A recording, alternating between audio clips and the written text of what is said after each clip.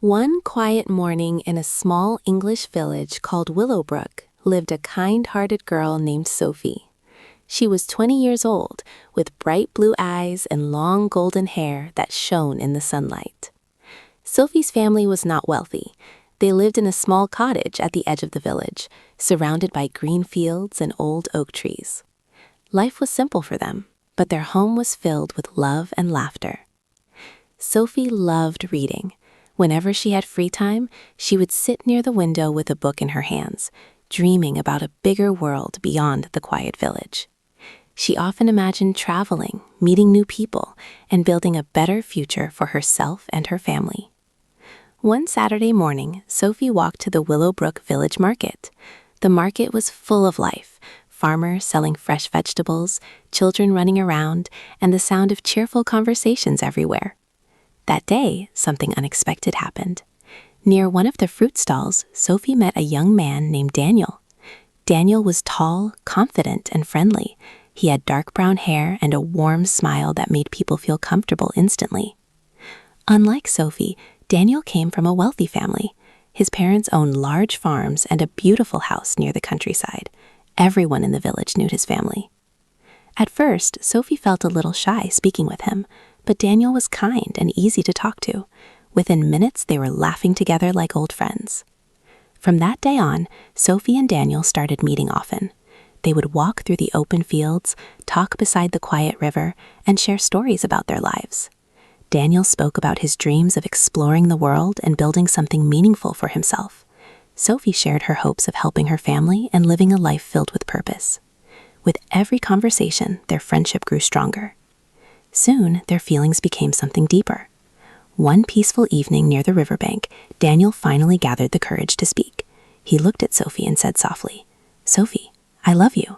I can't imagine my life without you. Will you marry me?" Sophie's heart raced. Tears filled her eyes as she smiled. "Yes, Daniel," she replied gently. "I love you too." For a moment, the world felt perfect. But happiness didn't last long. When Daniel told his parents about Sophie, they were not pleased. His mother frowned and said, "Daniel, that girl comes from a poor family. She is not suitable for you." His father agreed. "You must marry someone from a family like ours," he said firmly, "someone who can bring status and wealth." Daniel tried to explain.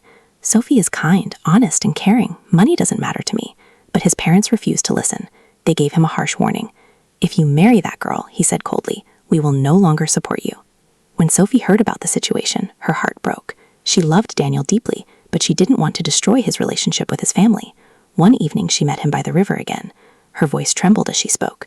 "Daniel, maybe it's better if we don't marry. I don't want to cause problems between you and your parents." Daniel felt as if his world was falling apart. "Sophie," he said quietly, "you are the most important person in my life." But Sophie shook her head sadly. "I love you," she said, "and that's exactly why I don't want to make your life harder." They stood there in silence, holding each other while tears rolled down their faces. In the end, they made the painful decision to remain friends. Time passed. Sophie continued helping her family and working around the village. Everyone respected her kindness and gentle nature. Daniel stayed busy with his family's business, but deep in his heart, he never stopped loving Sophie. Years later, Sophie's father became seriously ill. She spent days and nights caring for him, worried she might lose him. When Daniel heard the news, he immediately came to help. He brought medicine, food, and support for the family. Slowly, Sophie's father recovered. Sophie was deeply grateful. "Daniel," she said softly, "you've always had the kindest heart." Daniel simply smiled. "I will always be here for you." Not long after, Daniel had to move to London for work. Before leaving, he met Sophie one last time. "I'll write to you," he promised. And he did. For months, they exchanged letters. Daniel worked hard in the city, building his own success without relying on his parents. Eventually, he saved enough money to stand on his own feet. One day, he returned to Willowbrook.